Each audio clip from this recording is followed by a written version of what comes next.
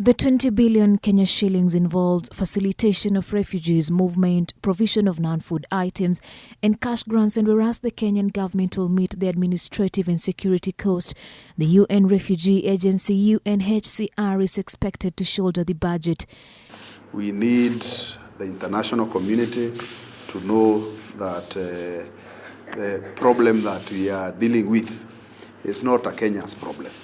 It's a problem that belongs to all of us, and therefore on top of our contribution of 1 billion Kenya shillings, which is far below, is a drop in the ocean, far below what is expected, and we expect therefore someone somewhere will have to contribute the 19 billion. That is the deficit that we require so that we can actualize this process.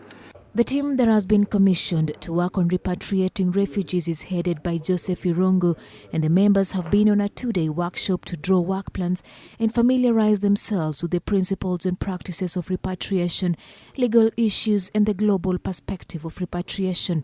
We are not going to force any refugee back home. We shall be sensitizing them to see the need to, on their own, agree to go back home to their country of origin. And so far, I have indicated to you, 5,000 have already left. They have not waited to be for the repatriation to be done by us. And I know that is the kind of sensitization that is ongoing. The more than 300,000 refugees are said to have jeopardized Kenya's social and security fabric, and the Dadaab complex labeled an avenue for smuggling of various goods. We know what has been happening in as far as smuggling, both of